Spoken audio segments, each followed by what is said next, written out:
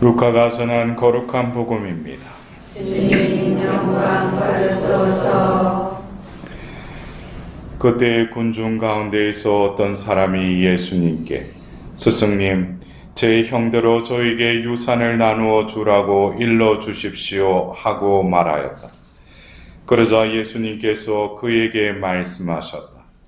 사람아, 누가 나를 너희의 재판관이나 중재인으로 세웠단 말이냐? 그리고 사람들에게 이르셨다. 너희는 주의하여라. 모든 탐욕을 경계하여라. 아무리 부유하더라도 사람의 생명은 그의 재산에 달려있지 않다.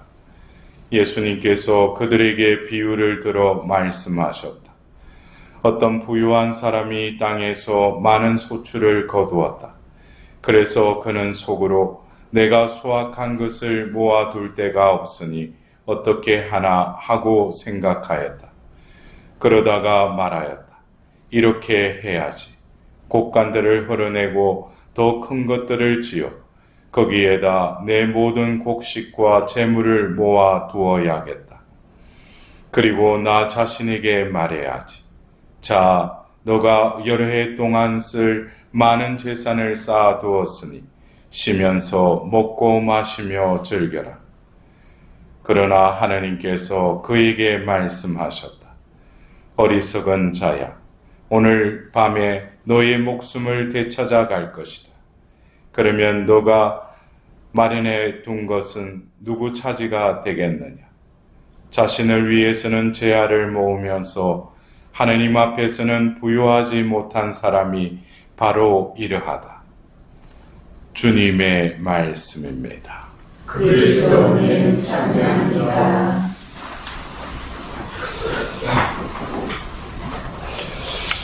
여러분들 오늘 또 이렇게 복음의 말씀을 들으면서 복음이지만 왠지 모르게 내 마음에서 또 동조가 되지 않는 어떤 부분들이 있죠. 그죠? 어떤 부분이에요? 살려면은 재물이 필요하죠. 예? 이왕 살 겸은 뭐예요? 재물이 또 많이 모아서 또 풍요롭게 살아가기를 여러분들도 원하지 않으셔요? 예, 말을 안 하는 것은 어느 정도 예스의 의미로 받아들이겠습니다. 여러분들 재물은 나쁜 게 아니에요. 근데 왜 예수님이 재물과 하느님은 함께 섬길 수 없다라고 하는 의미를 내가 어떻게 깨닫고 있는가? 결국에는 하나를 선택해야 되겠죠. 근데 하느님을 선택하자니 또 뭐예요?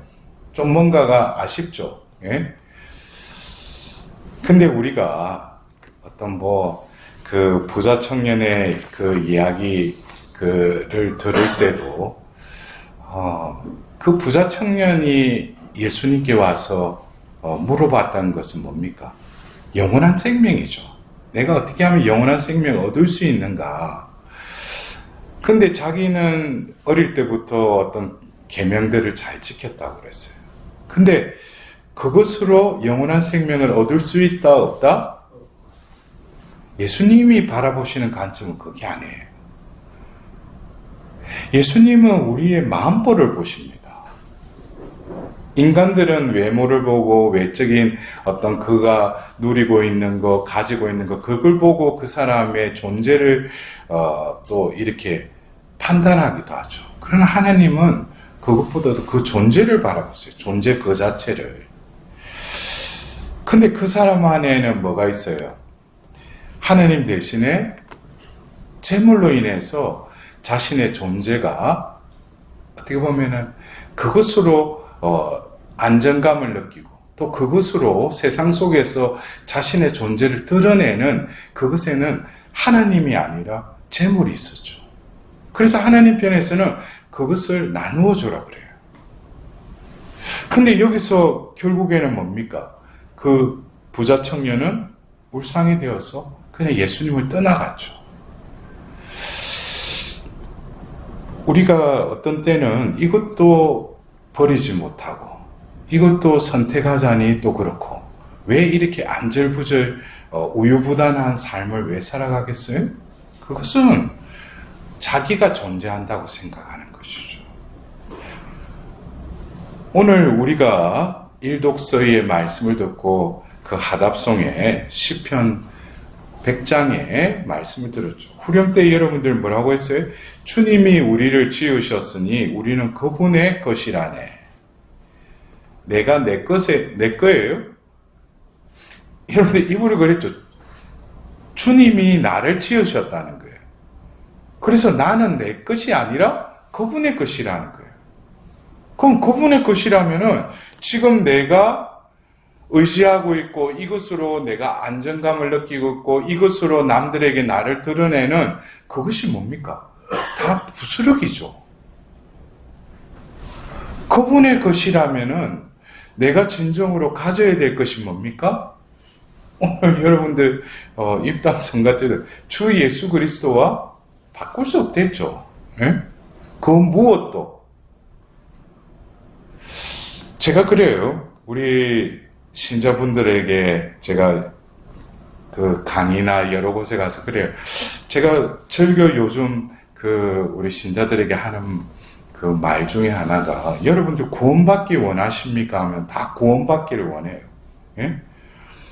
근데 여러분들이 부산청년처럼 내가 뭘 해서 하나님이 나에게 구원을 해주시는 게 아니에요. 그거는 세속적인 어떤 패턴이죠. 내가 뭘 해야지 그 자리에 올 수 있고 또 내가 재산을 모을 수 있고 내가 뭘 할 수 있는. 왜? 그것은 세상은 내가 주체로 하는 삶을 살아가니까. 근데 구원을 받으려면은 내가 무엇을 해서 구원을 얻는 게 아니에요. 그래서 제가 어떤 날 이렇게 문득 그런 생각이 떠올랐어요. 처음에는 생각으로 떠올랐어요. 어릴 때 제가 그 놀이터에 가서 할 때 그 자석을 가지고 그 모래를 이렇게 훑으면은 뭐예요? 그게 모래 안에 있는 그 철들이 그 자석에 이렇게 붙죠. 거기서 제가 문득 제가 구원을 생각하게 됐어요. 하나님이 우리를 구원하실 때 이 자석이 그냥 똑같이 겉으로 보면 모래지만 그걸 훑을 때 그 자석에 이끌리는 그 성분의 그 철들이나 쇠 조각들은 뭐예요? 그 자석이 탁탁 붙죠. 그것처럼 구원이라는 것은 내가 무엇을 해서 구원 얻는 게 아니에요. 그 존재가 바로 이 시편의 말씀처럼 그분의 존재가 될 때 결국 구원의 자석은 결국 그분이 우리를 훑을 때 자석에 쇠가 붙듯이 우리의 영혼을 하나님께서 이렇게 자석에 비유한다면 어떤 영혼들은 탁탁 붙어요. 근데 어떤 영혼들은 가서 붙이려고 해도 안 붙어요. 붙는 영혼들은 뭐겠습니까? 그 안에 하나님이 머물고 있는 영혼들은 그 구원에 그냥 들어 올리시는 거예요. 근데 뭡니까? 겉으로는 미사 열심히 다니고 뭐 성사 생활도 열심히 하고 자기 딴에는 봉사도 열심히 해요. 근데 하나님만이 보는 그 사람의 존재의 중심을 볼 때 나가 있는 거예요. 예? 에고로 살아가는 거예요. 철저하게. 모든 것은 뭡니까? 나를 드러내기 위해서요. 남의 눈을 의식해요. 하나님의 시선을 의식하기보다는. 나를 드러내려고 해요. 그러면 아무리 구원의 자석을 이렇게 훑어도 붙지가 않죠. 여러분들, 우리가 어떤 재물을 버려야 된다. 여러분들 수도자도 아니잖아요. 왜 재물을 왜 버려요? 근데 오늘 예수님께서도 그렇죠. 그냥 어떤 부유한 사람의 그에게도 하나님께서 많은 소출을 내게끔 베풀어 주셔요. 근데 뭡니까? 이 탐욕이라는 것은 모든 인간에게 있어요. 그러나 탐욕이 가하면은 뭡니까? 그게 집착하죠. 그 집착이 결국은 곳간에 비유할 수 있는 거예요. 자기 것. 그것에 또 뭡니까? 자신의 존재가 이것으로 인해서 이제 쉬면서 먹고 마시며 즐기자로 안정감을 느끼는 거예요. 이것은 하나님 대신에 그것이 나로 인해서 존재의 그 행복감을 느끼게 한다는 것이죠. 결국 뭡니까? 탐욕은 집착으로 이르게 되고 결국 고립돼 버리는 거예요. 이것은 어떤 면에서 중독의 사이클하고 비슷해요. 처음에 어떤 쾌감을 느껴요. 순간적인 어떤 쾌락을 느껴요. 그리고 내성이 생기면 더 많은 양과 횟수를, 빈도를 더 많이 가지게 돼요. 더 많은 양을 또 섭취하게 되죠. 왜? 결국에 술 먹는 사람들이 왜 그렇게 처마셔요? 예? 그 전에 느꼈던 그 기분을 느끼고 싶은 거예요. 예? 도박도 그렇고 다른 별의별 중독들이 많아요. 어떤 사람은 일 중독, 어떤 사람은 종교 중독도 있어요. 왜? 자기가 중심으로 열심히 하는 사람들. 예? 그래 크라이스트 홀릭이라고 그래요. 예? 실제로 그런 병명이 다 있어요. 예? 근데 자기는 열심히 하니까 하나님이 보실 때 나를 어여삐 보셔서 구원해 주시겠지. 자기 생각이에요. 그 안에 나로 가득 차 있으니까. 그러니까 오늘 일독서의 에페소서의 말씀도 그렇죠. 우리는 한때 우리 육의 욕망에 이끌려 살면서 육과 감각이 원하는 것을 따랐습니다. 그래서 결국 우리에게는 뭐예요? 하나님의 진노를 살 수밖에 없었는데 자비가 풍성하신 하나님께서는 잘못을 저질렀던 우리를 어떻게 그리스도와 함께 다시 살리셨다는 거예요. 여러분들, 우리가 하나님의 자비를 구할 때는 뭘 들어달라고 하나님께 자비를 구하는 것이 아니라 또 나로 살아가려고 하는 그 위험에서 나를 구해서 주님, 저는 당신 것입니다. 내가 사는 것이 아니라 당신으로 살아가게 해주십시오. 그것이 진정한 하나님의 자비를 구하는 목적이죠. 뭘 이루어달라고, 병 낫게 해달라고 자비를 구하는 것은 아니에요. 궁극적으로 내 영혼을 구해달라는 것이죠. 그래서 오늘 바오로 사도는 당신의 은총이 얼마나 엄청나게 풍성한지를 앞으로 올 모든 세대에 보여주려고 하셨습니다. 여러분들, 하나님의 은총이 엄청나고 얼마나 풍성한지. 여러분들, 내가 그냥 간장종지 갖다 놓고 하나님 여기 은총 부어주십시오. 그걸 버릴 때 뭐예요? 하나님 내 존재를 은총 덩어리로 변화시켜 주시는 것이죠. 이것이 하나님의 자비입니다. 그래서 오늘 우리는 하나님이 원하시는 것은 우리가 있잖아요. 구차하고 거지같이 그렇게 살기를 원하시지 않으셔요. 중요한 것은 뭡니까? 그 존재대로 살아간다면, 하나님의 창조의 그 존재대로 살아간다는 것은 창조 질서에 맞게끔 살아가야 돼요. 모든 것을 하나님이 나를 지으셨을 뿐만 아니라 내가 지금 누리고 있는 모든 것도 나도 주님의 것이지만 내가 가지고 있는 이 모든 것도 뭐예요? 하나님의 베푸심이라는 것을 내가 깨달을 때 이것도 내 것이에요. 자칫 이렇게 잘못 말하면 이거 뭡니까? 어디 뭐 이단 해가지고 가지고 있는 거 다 가져오라고 그러면 안 되죠. 예? 창조 질서에 의하면은 이것은 내 것이 아니죠. 엄밀히 따지면. 우리가 그러잖아요. 뭐 밥 먹을 때도 밥 나눠놓고 이렇게 은혜를 내려주신 이 음식하고 할 때 이 밥이, 따뜻한 이 맛있는 밥이 있기까지 얼마나 많은 과정이 있었습니까? 근데 결국 거슬러 올라가면 그냥 씨를 뿌렸을 뿐인데 뭐예요? 햇볕과 적당한 모든 것이 작용했기 때문에 때가 되어서 추수해서 이 밥상에 오른 거 아니에요. 거슬러 올라가면 다 뭡니까? 이 모든 것도 하나님으로부터 왔다는 것이죠. 그거를 내가 깨달을 때 그 탐욕에서 집착에 빠지지 않는 거예요.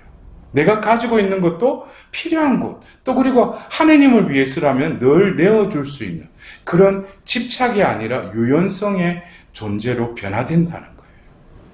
그리고 더불어서 고립되는 것이 아니라 이 재물을 내가 가지고 있고 버렸다 이런 유무를 떠나서 이 재물이 있든 말든 나는 뭡니까? 자유로운 사람이 되는 것이죠.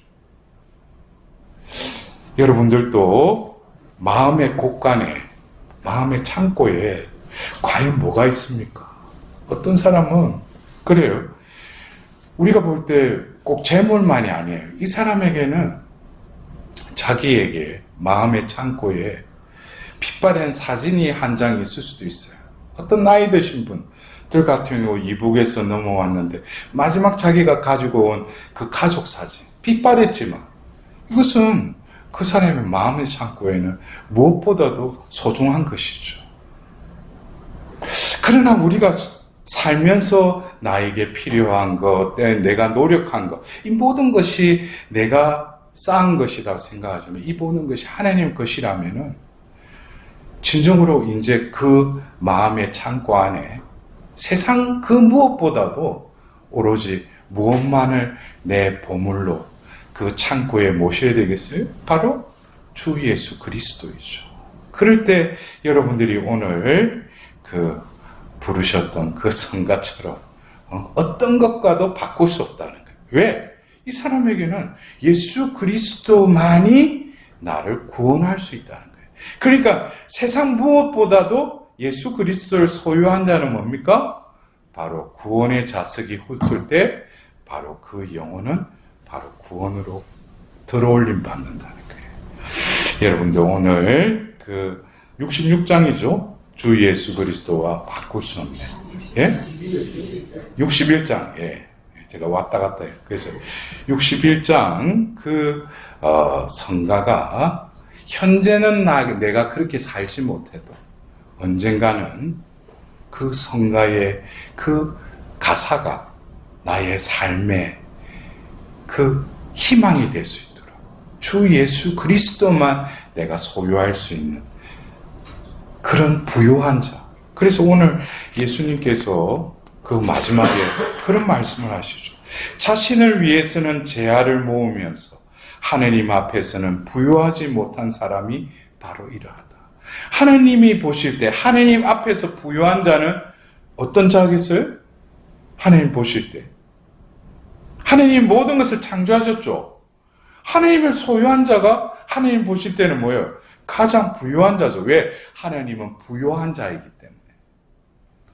그래서 여러분들이 이러한 것을 내가 깨닫는다면 내가 현실 속에서 무언가에 자꾸 탐욕이 나를 부추겨서 어떤 것에 집착하게끔 계속 나를 부추겨요.